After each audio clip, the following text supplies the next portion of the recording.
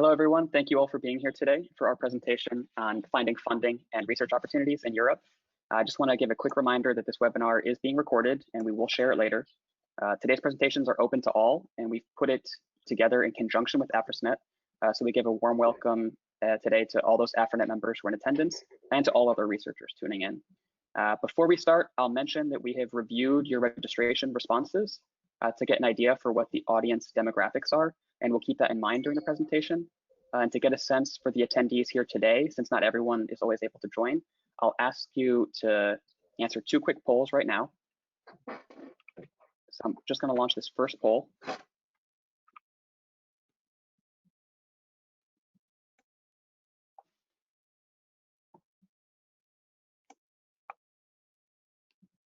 So if you see this poll, it should be popping up on your screen. It may be showing up on your sidebar. And if you're connected via phone, you may have to go to a different section. I'm just going to answer myself on a secondary computer to make sure it's working.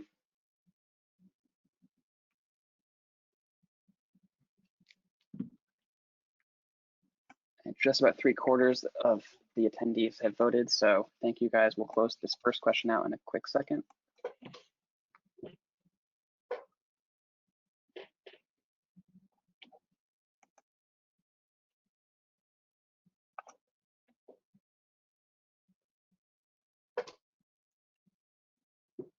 Okay, so we can see just about 7 in 10 people here are connected via smartphone. So for my portion of the presentation, when I speak later, I'll be going over the EURAXESS website. I'll make sure that I make the window a bit smaller just so that all of the elements in the text is a bit bigger and easier to see. And keep in mind again that this will be recorded and shared later, so you can always review at your own convenience. And then for the second question, again, you've answered this during the pre-registration, but just to make sure in attendance we understand the demographics, what's the next degree that you might be considering?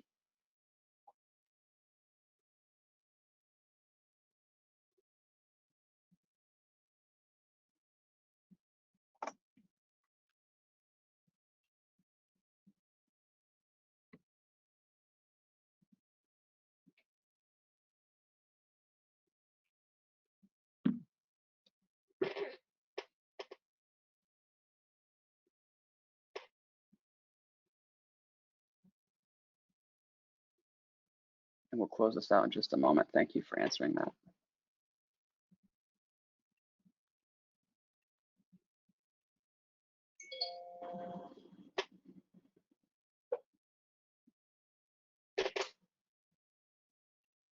Okay, so I'll share the results here. This should be showing up on your screen momentarily. Quite an even breakdown, almost half master's, half PhD, with a little bit of postdoc and other in the mix. Just about 3/4 of the attendees voted, so that's really useful for us to know. We'll try to tailor slightly the information we give to match your needs there. So I'll leave the results up for a quick moment just so everyone can take that in.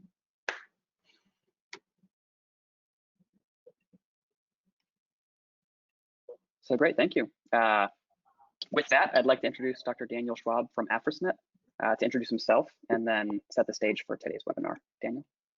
Okay, so thank you so much, Jackson. Thank you for organizing this webinar, and also, of course, to one of our other speakers, Bernice, for being one of our distinguished speakers today. Having your support means a great deal to myself and to all those on the line today, to include our Afrisnet students and our broad research community. So for those of you who don't know me, my name is Dr. Daniel Schwab, and I'm the chair of the Education Committee for Afrisnet, the Africa STEM Network. I'm also joined today by one of the co-founders of Afrisnet, Dr. Gabriel Gihana. Now, Afrisnet is built on one goal, which is to advance African participation in global and cutting-edge STEM research. And that goal is built on one set of observations, which is that African excellence in science and technology exists, that it is underutilized and under-recognized by the global community, and that excellence must be made an imminent feature of, or that African excellence must be made an imminent feature of the science and technology ecosystem, both at home and on the world stage. And the world does need our scientists, our African scientists and our Afrisnet scientists. So towards that end, we at Afrisnet are happy to help and support all students with an interest in STEM research and careers, and encourage you to reach out to us and sign up on our website to learn more and to help us support you in pursuing your educational and career dreams. I'll be posting our contact information in the chat. Now, as most of us on the line know who are aware of or have worked with Afrisnet in the past, the organization is a nonprofit that's based in the United States, and nearly all of our staff members, with the exception of some of our students who are now helping to support the organization, are indeed presently located in the United States. And through professional development activities and the building of research competencies, we support our students wherever they want to go in pursuit of their education and careers, whether that be in their home country, their home continent, or around the world. And so we find it essential to highlight opportunities that our organization may be unaware of that could be essential to the growth and well-being of our students. And that is where I think our speakers come in today. So once again, I thank our speakers, and I hope that all of you who are listening will take full advantage of this opportunity, take good notes, and ask plenty of questions. And so with that, I now turn it over to Alex Quachi, an Afrisnet student who will be our moderator for today. Alex? Thank you, Daniel, for the warm introduction. I'm Alex, and I'm from Ghana. I'm currently a PhD student in the genetics program at Stony Brook University. I'm a member of the Afrisnet's newsletter opportunities team. I will be introducing the speakers in a bit, but I would like to mention that the content for the EURAXESS presentation in today's webinar and next week's webinar will be the same. So unless you are interested in learning about the specifics of the French and German research landscapes, it is not necessary to attend both. I want to also encourage you to drop any questions you may have in the questions box at the end, and the speakers will answer them at the end of their presentations. With that said, I want to introduce the regional representative for EURAXESS North America, Jackson Howard.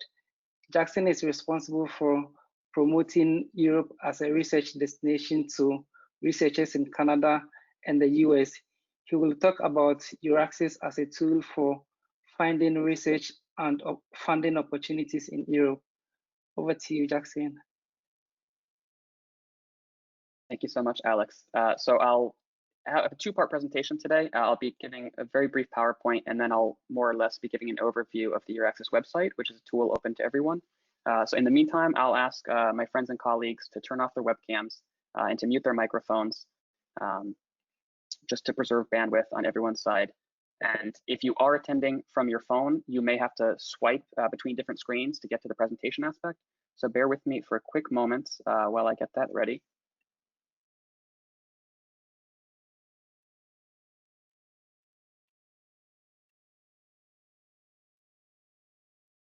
Okay.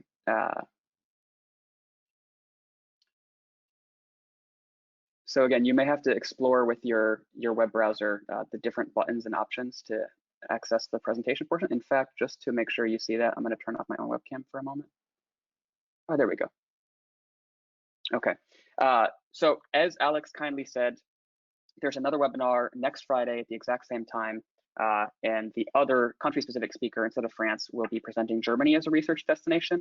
We will tailor that one so that she presents first, so that after today's presentation, if you've learned a lot, you're very interested, you liked what I present about Europe as a whole in terms of information about researching there, and you learned a lot from France, and now you're curious about Germany, instead of having to sit through my presentation a second time, which will be the same content, you can hear from her first and then leave halfway through when I begin, since you'll already be familiar with that. So in terms of the presentation aspect of this, before I go on the website, thank you for joining today. I represent the EURAXESS Researchers in Motion project. This is an initiative of the European Union. There are 8 hubs around the world outside of Europe. So as Alex mentioned, I am with the North America hub based in the United States, covering the US and Canada, promoting to researchers of all nationalities here in these 2 countries. Because I had met Daniel recently, Dr. Schwab, and he explained the mission of Afrisnet, we thought it'd be very interesting to promote to Afrisnet's members in the US and Canada, in Africa, and throughout the world, some of these opportunities. But just a quick reminder, everything I'm presenting is open to all people, regardless of nationality and regardless of field. Most opportunities do start at the PhD level and then go onward. There are a small number of master's opportunities that I can speak to briefly, but I think these are really useful pieces of information to keep in mind as you continue your research career. And as Dr. Schwab mentioned, there is a questions box that you should have access to, whether you're accessing from your phone or from the web or from your web portal on the computer. In that case, please share your questions towards the end of the presentations, just because I do think Berenice and I will both preemptively answer a lot of the common questions throughout our presentation.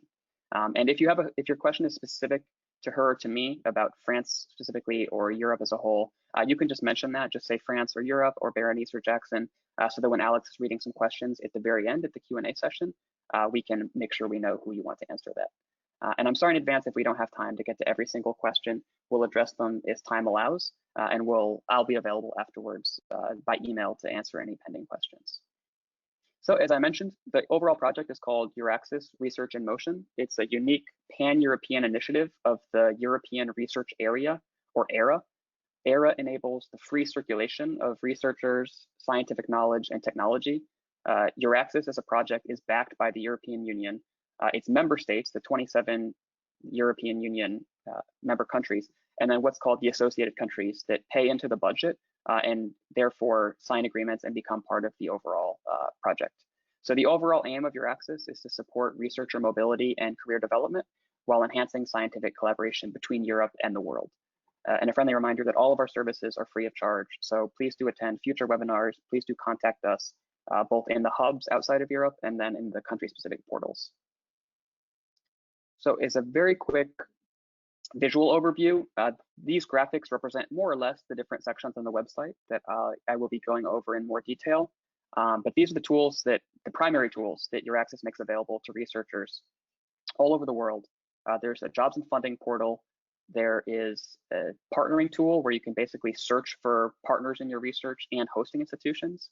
We do career development through online trainings, not unlike this webinar, on specific topics, and we write publications on that. And then information and assistance, including with the national level service centers, which I'll go into more detail about shortly. And then just a quick word on the branding. EURAXESS Worldwide is the name for the presence of this initiative outside of Europe. So I had mentioned we have a presence in 8 hubs, and my colleague and I represent North America.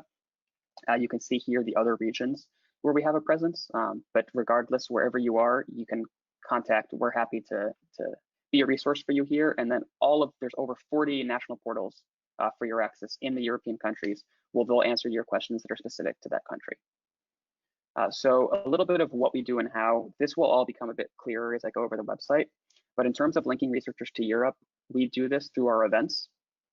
For example, in the US and Canada, we manage the European scientific diasporas. So all of the national groups whose diasporas are in North America, they keep in touch with their countries. They want to collaborate more closely with the US and Canada. They want to partner with other researchers. And we have an annual meeting with those European scientific diasporas, and we help them stay connected to each other and to other diaspora groups. We also link people through quarterly newsletters, where we feature, for example, European countries' research landscapes, which in extension, you can see through this webinar, where we're helping to present on France through our next great speaker. In terms of how we give information on European funding opportunities, we send emails twice a month. So if you clicked yes during sign up that you're interested in an email newsletter, or you just send us an email or send us a message afterwards, we send those twice monthly. Those will be funding opportunities that are not only through the European Union, but also through the member states themselves. So the countries will also have their own funding in addition to the pan-European funding. And we also promote all this heavily on social media. Beyond the job offers on the EURAXESS portal and website and the national level funding, there's also funding mechanisms and fellowships and grants. For example, Marie Skłodowska-Curie Actions, European Research Council grants, and then national funding. If you send us an email, I can summarize all of this information and give you links to see where you can start your research on those fellowship and grant opportunities in particular. And then for research and career development, we have hands-on sessions on grant writing, fellowship writing. We offer mentoring, and we try to match people with mentors as well. And then we cover areas like science communication, transitioning from academia to industry, how to brand yourself as a researcher, and then topics like science to society and science diplomacy, to name a few. So you will get a follow-up email 24 hours from now with my contact information. My colleague, Dr. Derya Buyuktener-Karajan, and I are available to you and at your service. So please do contact us at this email address here if you have more questions. Again, you'll get an email tomorrow with more information. And I'll just take this as a final opportunity to reiterate how useful our mailing list can be. You'll get those emails twice monthly. So you'll have a chance to sign up for that in that follow-up email we send tomorrow. So with that, I'll transition now to the website. Bear with me a quick second while I get that up.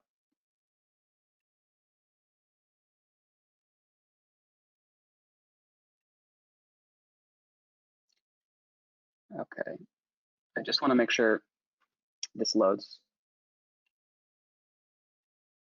So give me a quick second here. And I'll also actually be taking off my camera just for bandwidth purposes and to make your screen a little bit bigger. So you can see here the EURAXESS website. I'll actually be putting it in the chat so you have access to this for future reference, and you'll get this in your email tomorrow. This is the worldwide website, not specific to any particular hub. So with that, thank you for your patience. So the website itself is one of the more important components of all of the EURAXESS services we offer. EURAXESS can be useful if you want to do short-term research or long-term research anywhere in Europe. The main purpose of EURAXESS is to help researchers and their family with practical information when they're relocating from one country to another. And this includes whether you're going from one European country to another or from outside of Europe to Europe. In terms of the history, in the early 2000s, researchers were requesting more practical information and tailor-made assistance for them when they were moving, just because there really is a large administrative burden of moving to a new country, and it can be quite difficult to locate information on making a move to a new country. So with that feedback, the European Commission came together and designed the EURAXESS project. Some of the other reasons that it can be complicated is Europe, as any region of the world, has several languages, different cultures. Each country has a different legal system. So really, it was difficult and burdensome to figure all of this out while you were also starting your new full-time research career or your studies. So it was started in the early 2000s, so it's been just under 2 decades, but the website was revamped in 2017. So if you happen to come across old training resources on EURAXESS, I would say limit yourself to things in the last 3 years or so, just because anything you see there will match the layout of the website, the terminology, the information will be accurate and up to date. So in addition to being completely relaunched in 2017, there were some major updates in the last year. So on the homepage, there's information about, first and foremost, the European response to the coronavirus. You can see me sort of hovering over here. There's a global response pledge, and then there are some open calls for research in STEM fields on coronavirus specifically, even though Horizon 2020, as a research initiative that I will be explaining in more detail soon, is winding down towards the end of the year. There is some emergency funding that's been applied to coronavirus research, so you may find that of interest, and I'll make sure that you get that in the follow-up email. There are a small number of open calls that the earliest deadline that's still active for the coronavirus research are in late September, and the latest one goes through mid-February of next year. So if I scroll down again on the main page, you can see some different sections here. Researchers are our main target audience, but we have others too: entrepreneurs, research organizations and universities, and business. If you see here on the researchers tab, you'll see a very large number of job positions available. This is updated live, so if I were to refresh this towards the end of my presentation, that number quite honestly would probably go up or down by a small number. So this is completely live information. It's not static. Everything is reviewed by EURAXESS staff before being approved for the website. And these funding opportunities have been the bread and butter of our offerings since the early 2000s. For entrepreneurs, this is a newer tab, a newer section. There's 202 opportunities, for example. They're relatively new to our services, but you can find the funding and see if they're a match for you, depending on your entrepreneurial activities.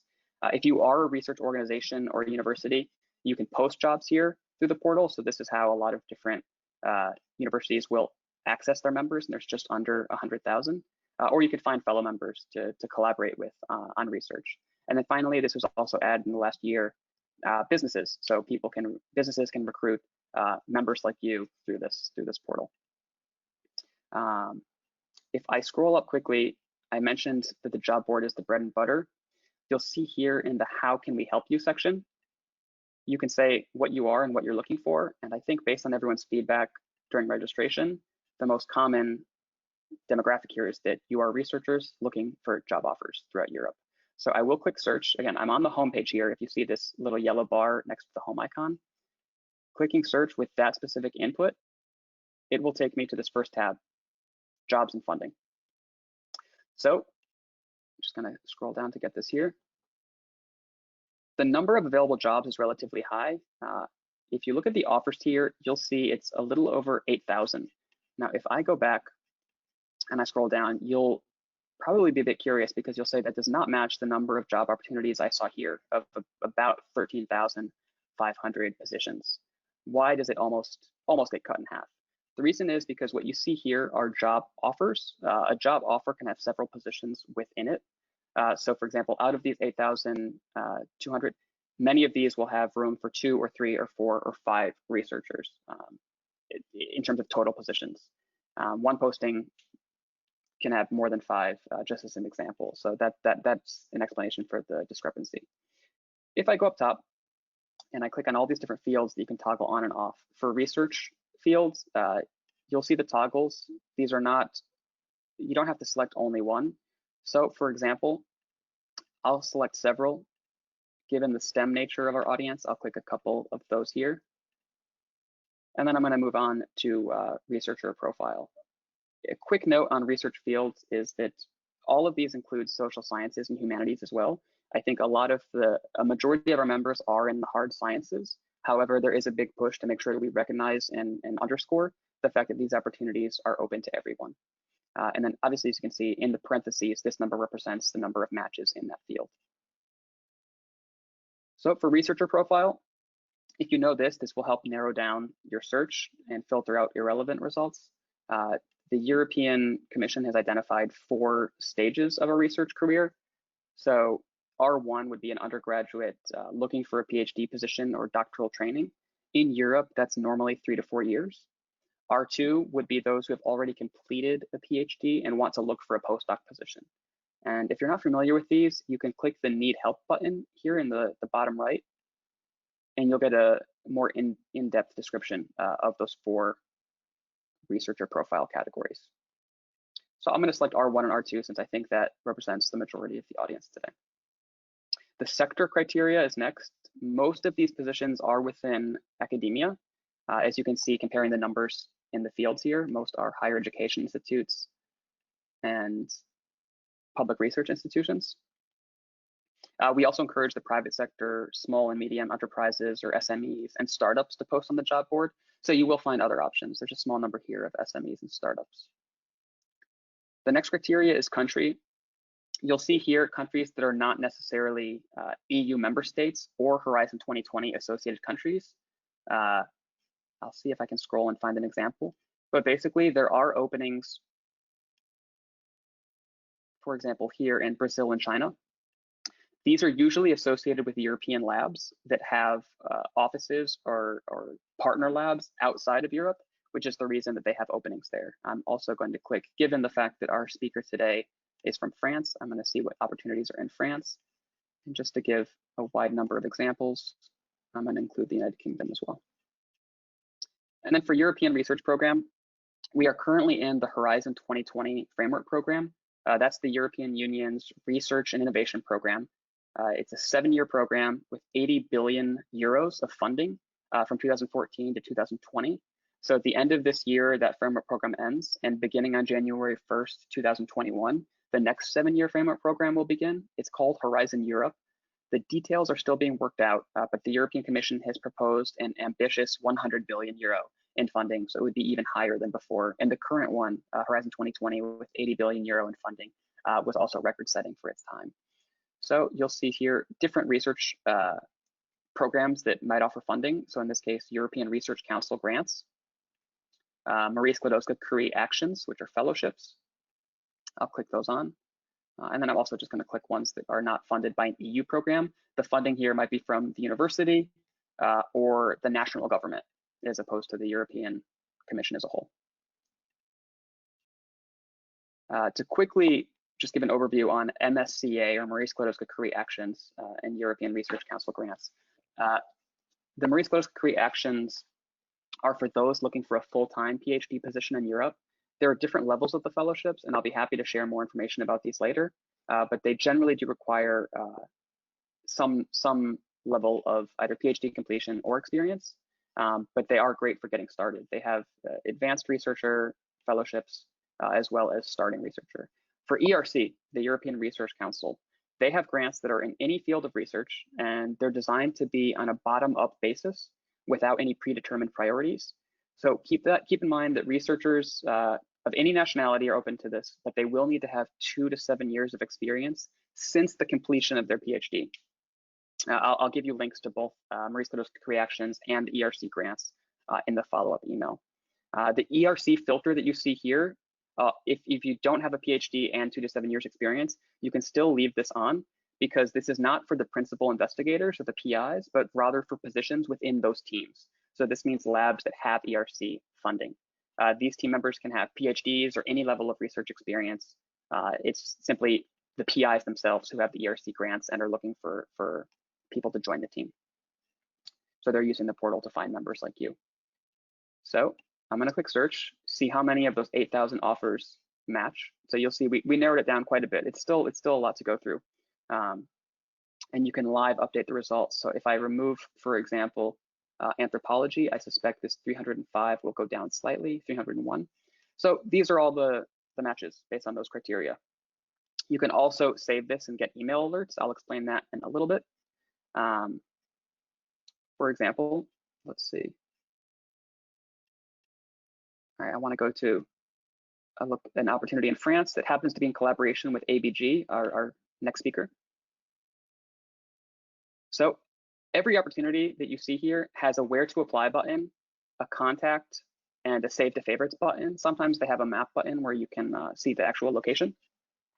If you click where to apply, you will get the contact information for that specific opportunity. Sometimes it's a person as well, so you can reach out to him or her directly with your inquiries.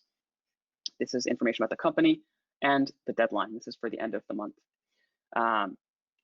At this point onward, you're not actually in touch with EURAXESS. You're taking direct contact with the hiring institution.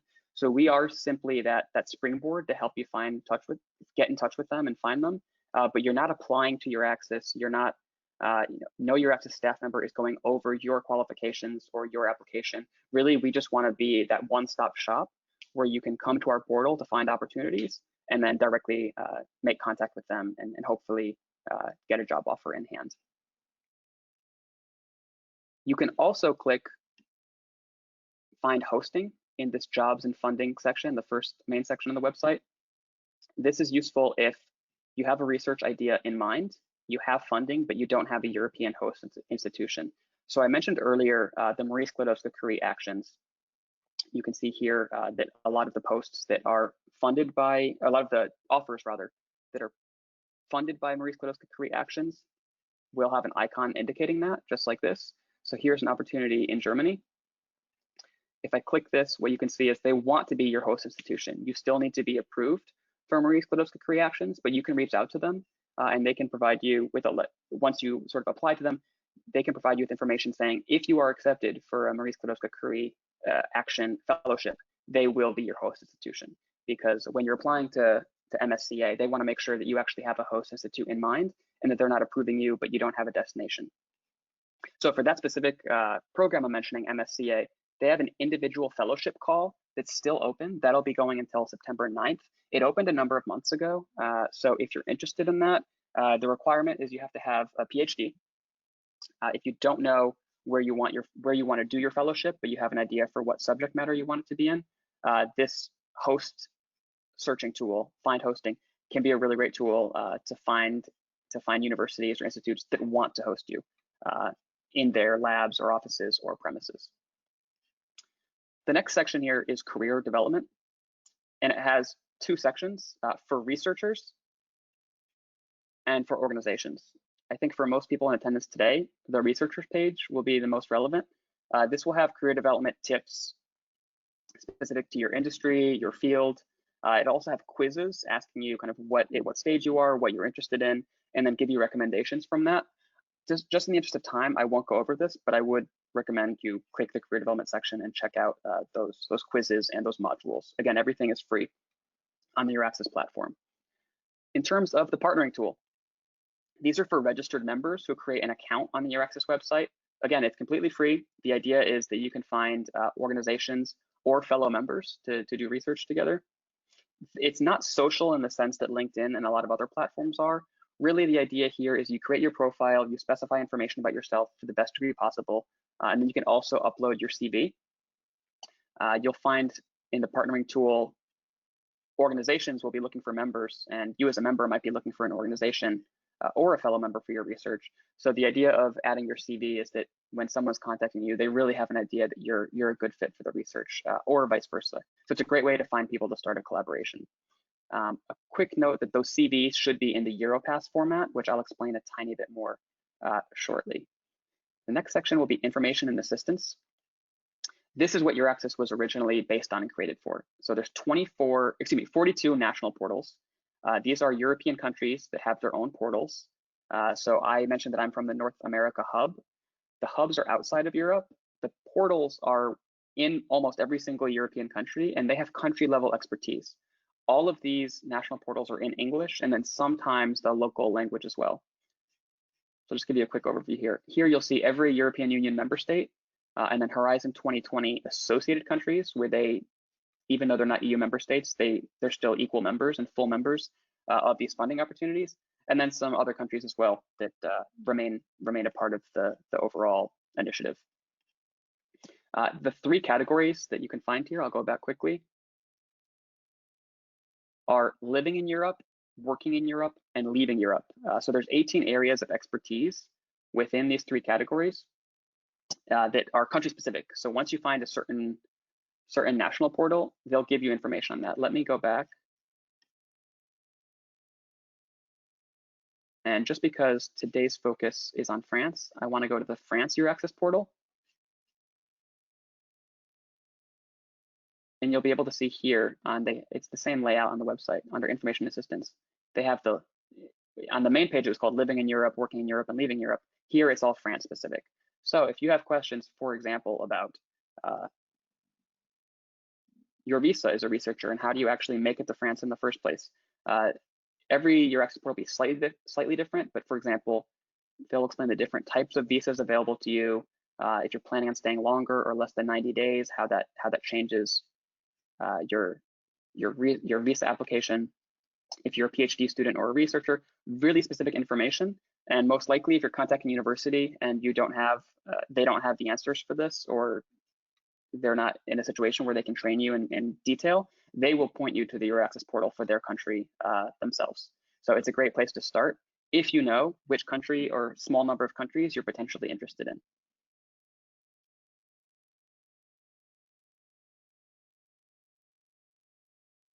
Okay. So the next section here is EURAXESS Worldwide. On the website, I had mentioned before that EURAXESS Worldwide is the branding we use for the hubs outside of Europe. Again, I'm with North America. There's 8 different hubs currently. That some of them are country specific, some of them are regional. The current number is 8. The most recent additions in the last few years have been Australia, New Zealand, and Korea. North America has been around for quite some time now. So what do we do in these hubs? We collect grants and fellowships that are available from the EU and from the national funding agencies. We send them out through those bi-monthly flash note emails that I mentioned earlier. We post news and events to our web portal. So I'll give you a quick preview on our North America page. And then we disseminate information widely on social media, etc. So for example, you're here in the Afrisnet webinar. We posted this to our news section here so that researchers in the US and Canada and around the world could see what virtual events we're holding and join us. In addition to all of that, we cover topics like science communication. I mentioned that during the PowerPoint presentation earlier, transitioning from academia to industry. We provide mentoring, and then any other topic of interest that in one way or another is connected to the European research area or era. The final section on the website is called My EURAXESS. This is where you can create your profile. As researchers, you would be filling in your information and enabling your researcher profile so that others can search for you. There are options so that you can make it so you don't appear publicly in search engines. So if someone's, for example, Googling you, your EURAXESS profile wouldn't come up. But that same option you can enable if you do want to come up widely when people search for you. What's nice is that here is where you can get automatic emails when certain searches match your criteria. So you saw in the jobs and funding section, we were looking for different job offers. I clicked several different filters and we were left with about 300 options. You can essentially do that same search, but have those emailed to you proactively without you needing to manually come in and check all the time. So I would say, please do that. Add your CV just to stand out from the number of people that haven't attached their CV or their resume. And it would have to meet the EURAXESS format. EURAXESS is sort of a standardized format common in Europe, but the website will help you. Basically, it'll send you to the EURAXESS website. You can plug in all information there, and then it will convert it and give you your own CV in that EURAXESS format. So that's an overview of the website. Even if you're not sort of following along, looking at all the different sections, just listening, you will have, I think, a good idea for what EURAXESS services are offered to you. It's all free, it's all accessible. Your nationality and research area do not matter. So with that, I'll be very happy to close out and give the stage to Alex so he can direct the next stage in the webinar. Thank you very much, Jackson, for your wonderful presentation on finding research opportunities throughout Europe. I would now like to introduce our speaker from Association Bernard Gregory in France, Berenice Kemp. Berenice studied foreign languages applied to business. After her education, she joined a training institute to be in charge of European programs for socially disadvantaged young people.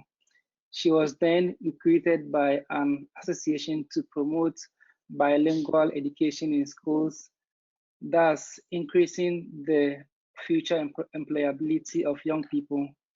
In September 2009, she started working for ABG as the French-German branch officer. Since 2015, she has enlarged her missions in Europe, which led to the creation of an international department at ABG in 2017. As the head of this department, she is now in charge of setting ABG as a major European stakeholder in PhD career development. She also represents ABG in the EURAXESS network. Let's welcome our speaker, Berenice. Berenice, over to you. Thank you very much, Alexander, for your nice introduction. It's a pleasure to be with you tonight to share some information and tips regarding studies and PhD opportunities in France. And now I'm going to switch off my cam and share my screen with you. So if you can just give me a few seconds.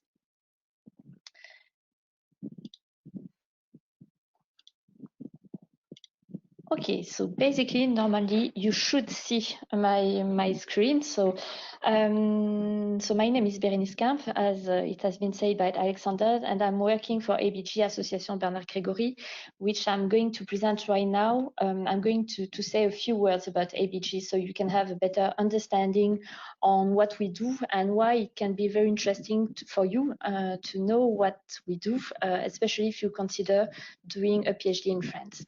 So we are a non-profit organization supported by the French Ministry for Higher Education, Research and Innovation, and we have been created actually to support the career development of researchers, and especially with a focus on doing this transition from academia to industry. So what we do, we have three main activities. I would say the first is about recruitment. So we help PhD candidates and postdocs find opportunities in research, but also outside research in industry. We help also companies recruit PhDs for their positions in research and development, of course, but not only, because with a PhD you can do many other things. And we have a second activity which is much more related to training, and we help researchers find their way to design their career development plan. And the last part is about communication. So basically we inform, we give many information on events, on prizes, awards, or funding schemes for your mobility also. So everything, many resources you can find on this website, abg.asso.fr, in a few words. So I don't know how familiar you are with the French higher education system, so that's why I'm just giving you an overview of this organization.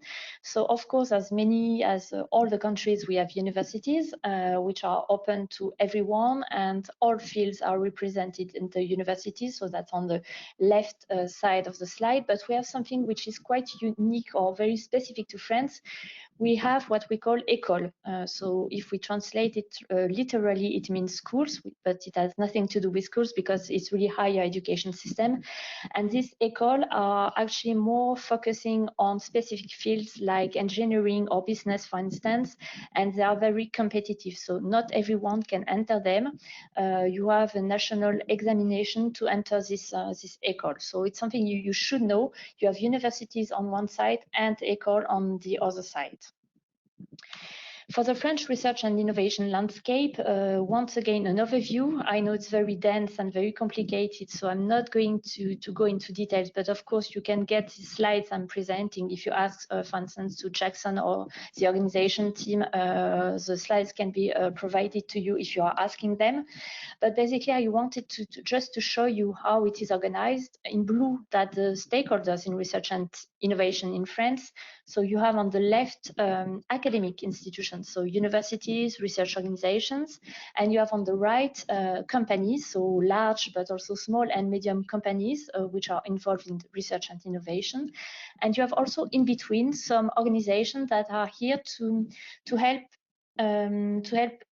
academia and industry work together. So basically to push forward the public-private partnership, for instance, but also to help researchers create their own business based on the research outcomes. So as you can see, you have academic institutions, industrial institutions, and in between some intermediaries where also research is playing a big role. And you have in green different funding schemes for research and innovation project, but I'm not going to talk about it because, as I said, that's very complicated and it's not necessarily very useful for you at the moment. So if you consider doing a PhD in France, for instance, of course, you can do a PhD in universities. So I'm giving you a few useful links you can use to explore by yourself the universities market, I would say, in France. Something which is very important for you to know, that the école doctorale, so what we translate into doctoral schools. So that's really the major contact point for you if you consider doing a PhD in a university, because they are the ones actually explaining what are the requirements to enter such PhD program, and also everything regarding administrative things, training, and everything regarding your defense also of your thesis. So that's really important. École doctorale are your really contact points before entering a PhD program in France. Something you should know also, it has been launched, I think, 2 years ago, something like that. It is a label called Bienvenue en France, Welcome in France. So that's a kind of welcome package for international students. So it can be interesting if you're considering, for instance, to do a master's degree in France, maybe to select a university which is able to help you, to support you when it comes to everything regarding your mobility. So basically to come to France, so to get some support for your accommodation, for bank opening and so on. So universities offering such packages are labelized with this tag, as you can see here, Bienvenue en France. So I think it's something interesting for you to know, because also within this welcome package, it means that the universities, for instance, are offering French classes. If you don't speak French, they are offering maybe classes in English, something like that. So do not hesitate to have a look at the universities which are offering such package. Of course, you can do a PhD in a research institute. So you have the list of the French Research Institute here on the slide. Of course, as you may know, research institutes can't deliver the PhD degree themselves. So basically, if you do your PhD in a research institute, you will be automatically affiliated to École doctorale from a university, which is the only one entitled, I would say, to deliver the PhD degree. So even if you do your PhD in a research institute, you will be anyway associated with the university just to get the degree after your PhD. Something which is also quite unique, I think, in Europe, a program which is called CIFRE, which is actually an industrial PhD. So basically, you do your PhD in a company. All size, all fields are concerned by this program. So basically, you spend some time in the company and some time in the academic lab. So there is no generic rule regarding the time you spend in academia and in industry. It will be discussed before your start in the PhD program. There will be an agreement between you, the company, and the academic lab, of course. So basically, it means you have two supervisors, one from academia and one from industry. This program can be very interesting if you are considering a career outside of academia, if you are considering an industrial career, because it means you will have this experience already in industry. So something which is very valorizable for recruiters. In France, a PhD duration is 3 years. So I know for some countries it may be short, but that's the duration, generic duration of a PhD. And as I said, to be admitted to a PhD program, you need to get in touch with this école doctorale, because they are really the ones deciding who can apply, for instance, for some fundings.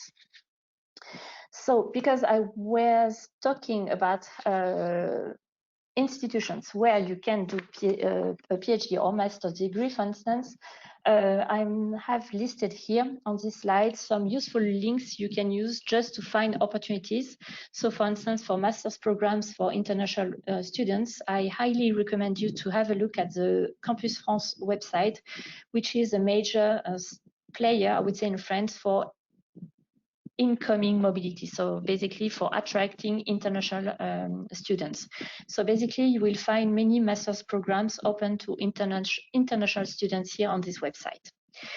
For PhD thesis, PhD programs, so of course Campus France also, but I highly recommend you to check out our website, abg.asso.fr, because all the PhD topics you can find on our website are funded. So it means you don't have to search for funding to start this program. The salary for your research is already covered when you applied for this position. So that can be very interesting. And also on this website, you find, as I said, PhD topics, but also research internships. So let's say you are doing a master's degree and you search for a research internship before entering a PhD program, you will find opportunities here on our website. And of course, postdoc positions also on the website in France, but also outside of France. So do not hesitate to have a look, even if you're not interested in France, but basically we'll find many opportunities for doing research in academia and outside. I was talking a little bit earlier regarding this industrial PhD program. So there is one site where you can find opportunities for such programs. So that's the website of ANRT, which is the National Agency for Research and Technology. Here you will find all the opportunities offered by companies looking for a PhD candidate. So that's quite interesting. Something you should know also with this program. So your salary will be covered, of course, but the company is also getting a grant actually to cover your salary. So this program is interesting for you as a candidate, but also for the company which is actually hosting you. And of course, all the career pages of the research institutes where you can find, of course, PhD topics. Very important topic when doing a PhD or before doing a PhD will be the funding you can get for your PhD. So as I said, you can do your PhD at the university, and in this case, you can get a contrat doctoral, which means that you are paid by the university for the duration of your PhD, so 3 years. So I gave you here the monthly salary you get at the university. So something you should know is that not every PhD candidate can get such funding. So it's quite limited, and the École Doctorale, doctoral school, is actually selecting the ones with contrat doctoral. So basically you can apply, for instance, for a PhD, but not getting such funding. So basically it means you need to search for additional funding if you want to do your PhD. CIFRE, this industrial PhD, I'm not talking about it once again because I already did it earlier, but just some information regarding the salary you can get by doing a PhD in a company.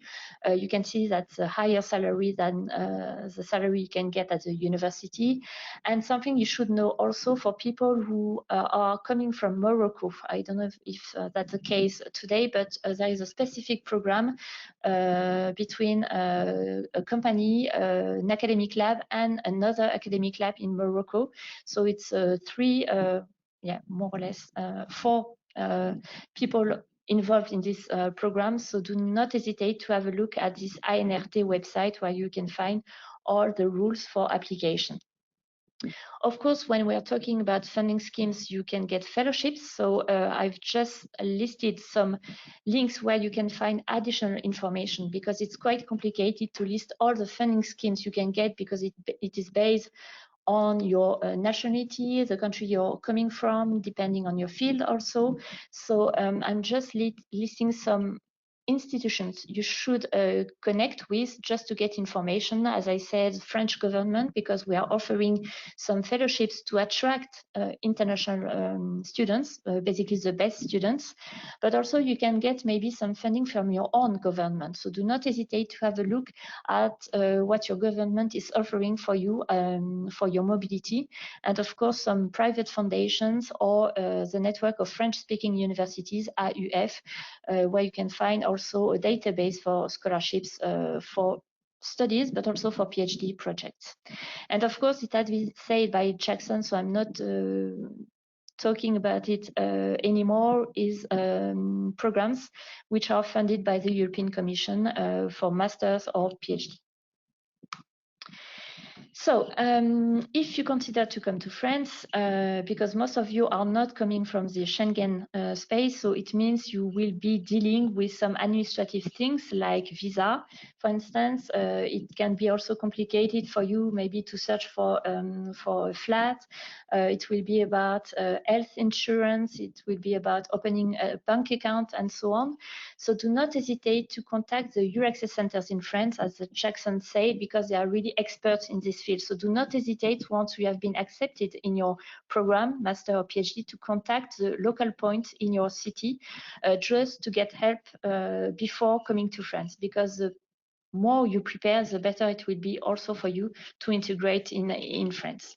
And of course, before coming to France, I recommend you to search for information from the French embassy in your country, because most of the time you will have a scientific department where they can give you many information, additional information, very specific information about the research institute or fellowships you can ask for instance.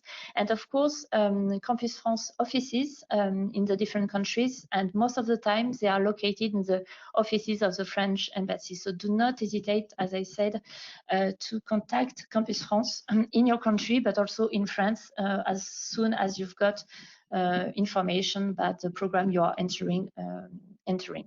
And of course, the last point I want to highlight, and that will be the last part of my presentation, is your network.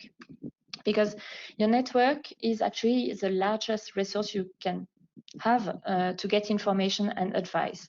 And by network, I mean all the people you know from your studies, but also from your work experiences, who had maybe already this experience in France, and they can help you with identifying opportunities, but also help you find a flat, because they know the good websites to check for a flat and something like that. So do not hesitate to search for people you know who studied or did research in France, just to get some information and advice. Once again, especially if you don't know France, and especially if you don't know the French culture, it can be very interesting to get this information from people having this experience already. And by having this sharing of experience, you won't maybe do the same mistakes as they did, for instance, when they came to France. So once again, do not hesitate to develop your network in France, in your country, but also in France. And to develop your network in France, if you don't have some if you don't have people in France already, I can recommend you two websites. The ABG LinkedIn group, where you can connect with PhD candidates, but also with professors, research directors, but also recruiters in industry, just to get in connection with them and maybe to ask for some meeting, a virtual meeting, of course, and get some information and advice. And the platform of France Alumni, which is a network of former students, former international students in France, just once again to get this information. And you can get a lot of information, advice and tips from their own experience. So my advice is really to develop your network, to get in touch with people who had this experience of studies or PhD in France, just to prepare yourself to what's coming to you once you have been accepted in this program. So that's the end of my presentation. I know it was a little bit short, but I will be happy, of course, to answer your question if you have some. And as I said, the slides will be available, so do not hesitate to ask for the slide to the organization team, especially if you want to have an access to the useful links I put in them. Thank you very much for your attention.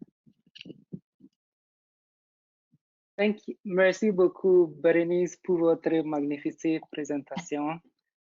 Your French is great. Thank you. We will now give the speakers the opportunity to answer some of the questions that have come from the audience. Thank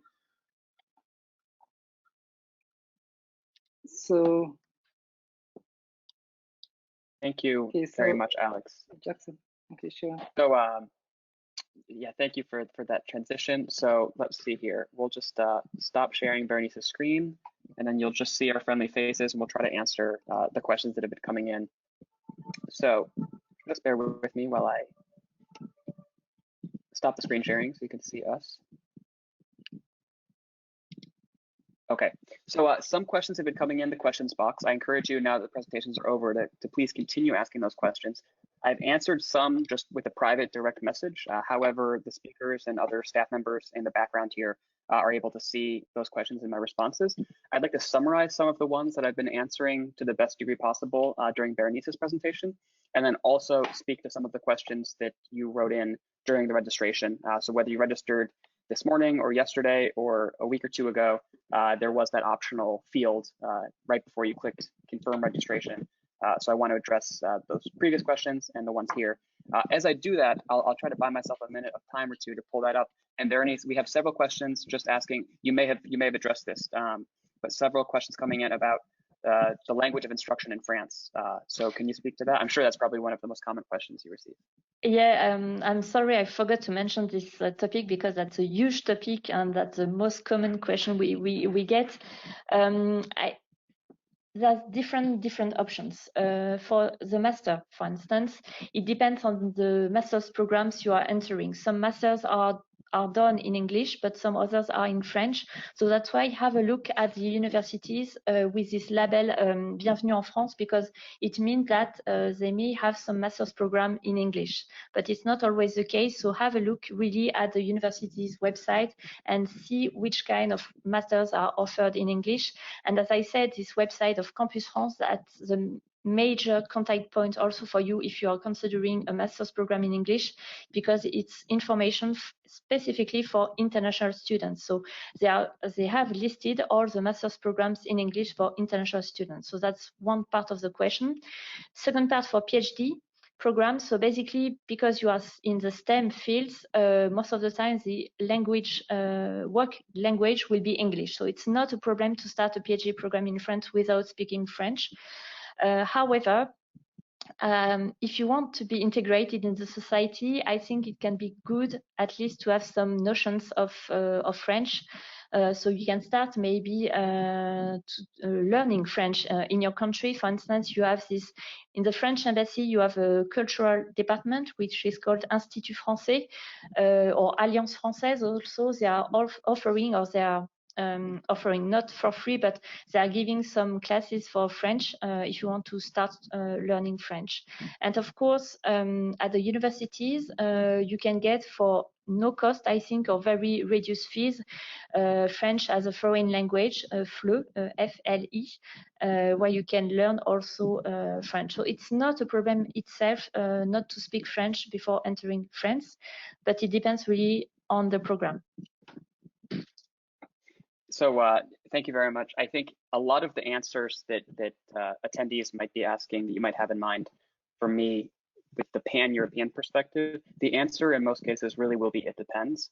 Sometimes the answer is different country to country, and then even within a specific country, sometimes that's different university to university or among the different institutions. I would like to, a question that I think is for both of us, Bernice, that I'll preemptively try to answer from a more general perspective of if there's any standardized testing that's required in France consistently across all different universities and programs, or does that depend? In the case of English in particular, if you need a certificate of English or any specific certification, in general, this will really depend, and that's why I would recommend the job board where you can search for different opportunities and see.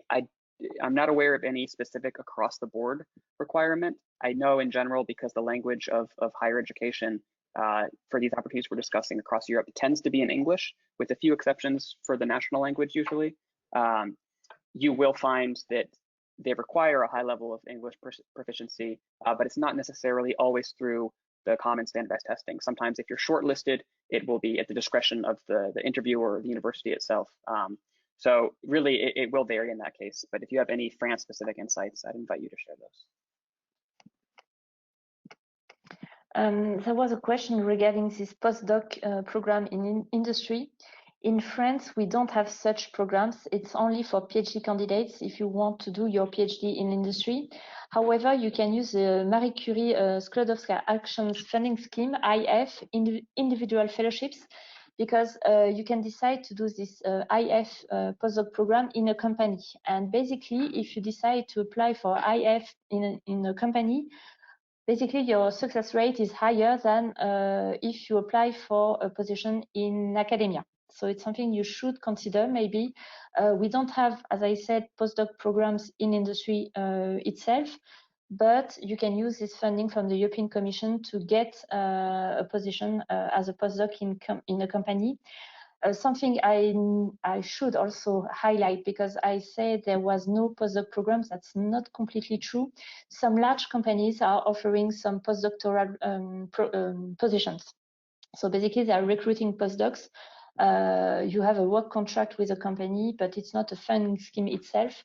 But you can have this opportunity. As I said, that's really for large companies. We will find postdoc positions, for instance, at Servier in pharma industry most of the time, large companies like Goodyear or AstraZeneca, for instance. I've also just in the chat that all attendees can see, I've sent a link not only to the LinkedIn group for Association Bernard Gregory and EURAXESS North America, but also the Marie Sklodowska-Curie Actions individual fellowships that she just mentioned, in particular for partnering with industry. I wasn't aware that there was a higher rate of success. I had been taught that at one point, but it's easy to forget that. So I would recommend anyone checks out the MSCA IF. During my presentation, I had mentioned that the deadline for that for this current period is September 9th. And given the fact that it opened in April, now is really a good time if you're potentially interested to get your documents together, just because it will take some time to do. And then keep in mind, for a lot of deadlines, this will be different depending on the region or the country you're in, but they tend to be close of business Brussels time, just given the European Commission headquarters. So it's not necessarily 11:59 p.m. Local time where you are, or in Central European time. It's oftentimes 5 p.m. in Brussels, so keep that in mind. So I'll invite, I think Bernice and I will be going through the questions box, seeing what questions are submitted and just answering them as we can. I'll also invite Alex, if he sees a really relevant one, just to read it out and share it with us. As I give them both a moment to review, I'd just like to go over some of the questions submitted previously during registration.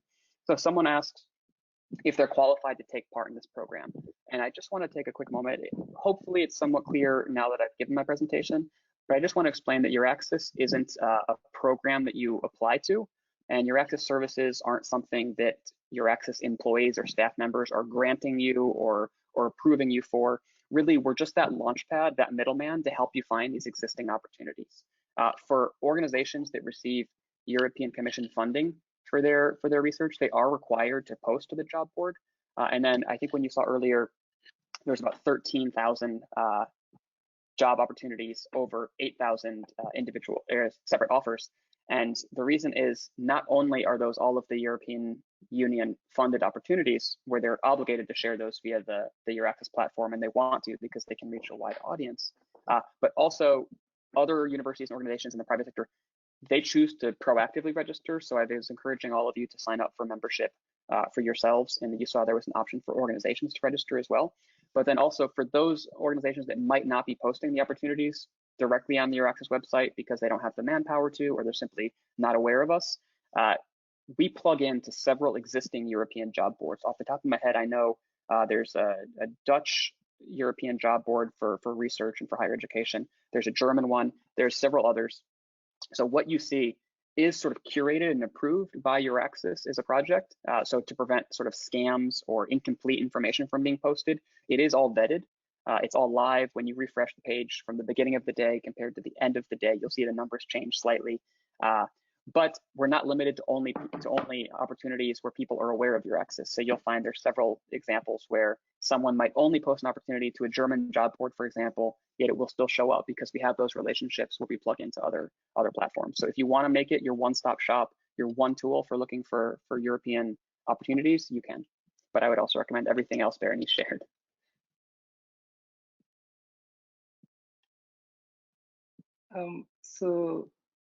I want to ask Berenice, someone asked the question whether it's possible to get funding from an organization in France if you are pursuing a PhD program in another European country. If you could, I don't know if that works. It looks like it's specifically regarding ongoing research. Yeah. You mean not coming to France, but leaving France for another country, right? Or yeah, so the person is asking whether if you are pursuing a PhD program in a different European country, you could apply for funding from an institution in France or from France to pursue a PhD in a different European country.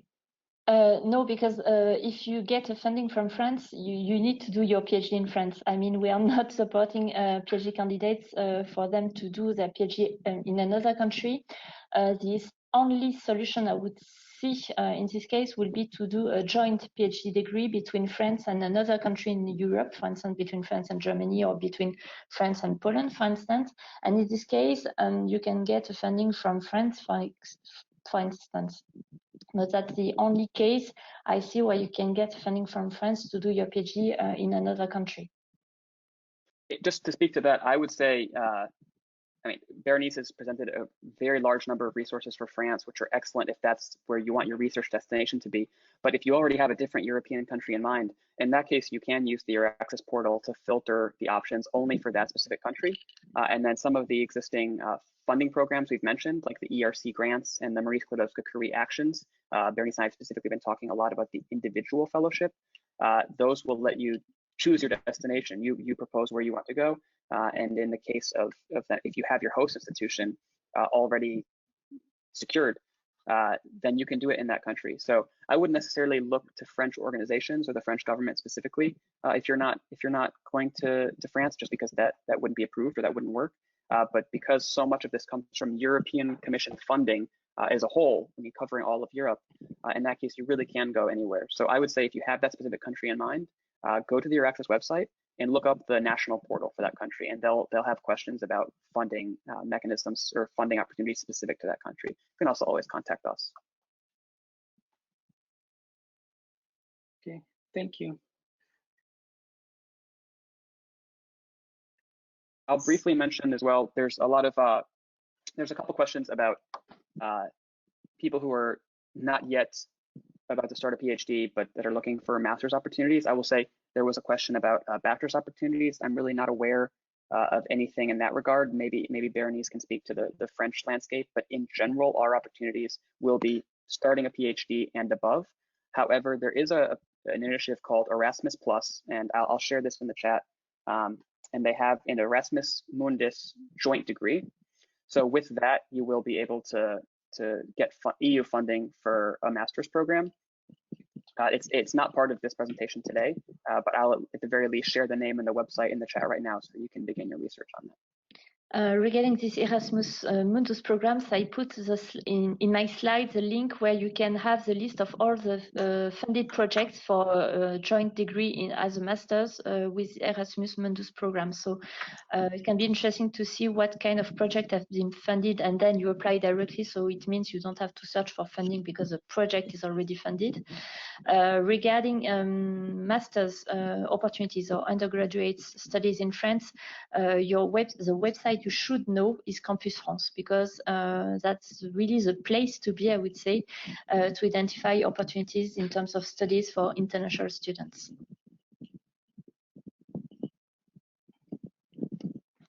I'm going to try to put that in the chat right now. Is that campusfrance.org? It's in my slide anyway, so do not. Okay. That's here. Great.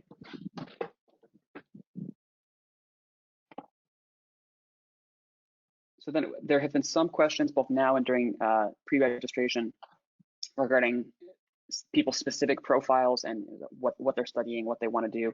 In that case, please do reach out to me by email. I'll be happy to answer to the best degree possible. What we do in the hubs outside of Europe is we're not country level experts. That's where we do tend to guide you towards the EURAXESS national portal if you know what country you want to be in.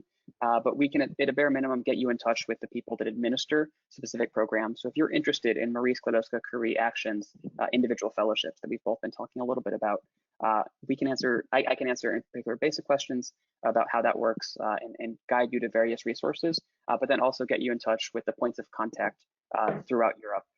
So if you have a country in mind, most of these funding programs have designated national contact points, or NCPs, in those countries. So if you know you want to do, let's just continue with the French example, a PhD in France, but you specifically want to find MSCA funding to do your own PhD.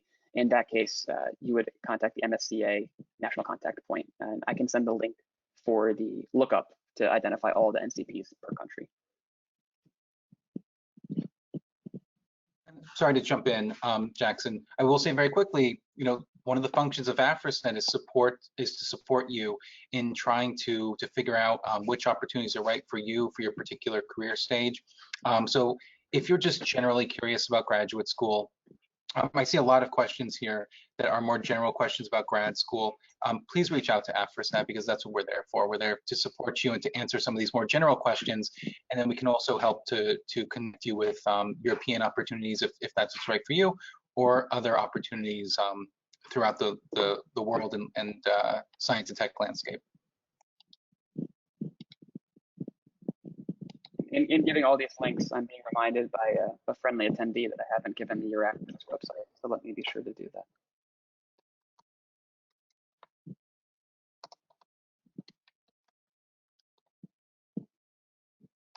If either of you see great questions, I think we can probably have time to maybe take one more question, and then from there I'll be really happy to follow up with your specific inquiries afterwards. Also, this webinar is open to all, but then Daniel and Alex and the whole team at Afrisnet, for their members, I know they have a lot of really specific resources, just as you said right now. So please do, if you're a member of Afrisnet, to help them fulfill their mission, please do reach out to them for their support. And on my side, all the EURAXESS services it's part of the European Commission initiative to open the European research area to everyone. So I'll be happy to answer anything to that degree that I can. So I'm sharing here the EURAXESS website. And maybe we have time for one more question, and then I think we'll probably begin wrapping up. And if you don't happen to see the messages in the chat box, if you're on your phone, you may have to swipe your screen or tap a different icon. Normally it's indicated by a sort of a small red dot that indicates there's some unread messages there, but this should be shared with everyone. So I'll quickly see the most recent questions coming in.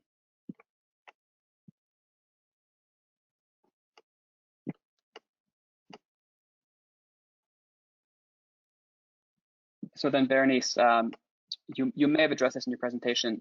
Does France give scholarships to study medicine after a bachelor's degree?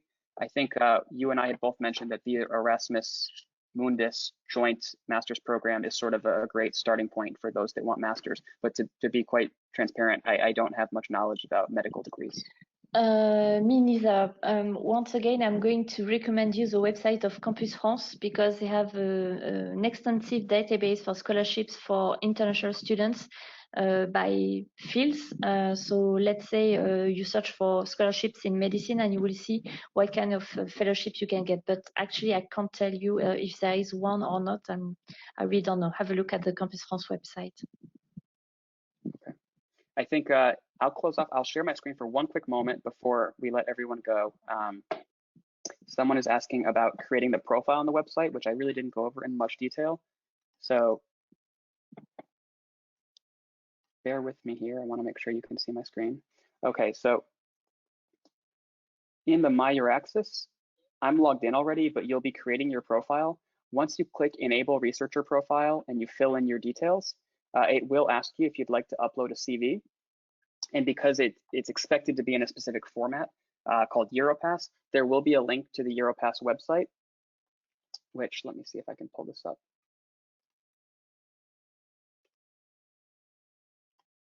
Which will help essentially convert your personal information, your CV in whatever format you have into the standardized EURAPass format. So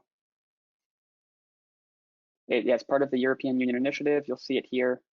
You create your free EURAPass. It's really just a way to have a standardized CV that can be compared. So you'll be registering, making it, and then from there you'll be uploading that CV to the EURAXESS portal. And then just while I have this up, this is the list of national contact points for Horizon 2020. So for example, if you know you want to go to France, in addition to ABG and Campus France, for example, if you're specifically interested in Marie Skłodowska-Curie actions, those are those individual fellowships I mentioned earlier for a PhD, you can click France, that function specifically, and you'll get a list of the 8 national contact points throughout France where they'll answer your questions specific to MSCA. They're often with different institutions and different universities. So with that, I will wrap up. Thank you so much.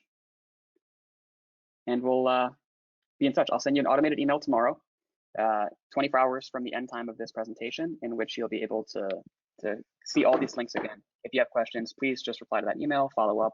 And thank you to Afrisnet, our co-host at Afrisnet. I don't know if you want to share any parting words, Alex and Dr. Schwab.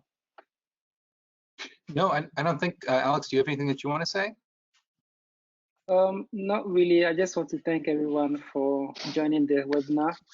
And I hope if you are interested in the specific about the research landscape in Germany, we hope to see you next week. And we hope that this webinar was informative. And then it will help you in your search for research opportunities in Europe. And yeah, so thank you all for joining in. Yeah, and I'll just echo what Alex said. Thank you so much to our speakers and for everybody who joined us on the line today.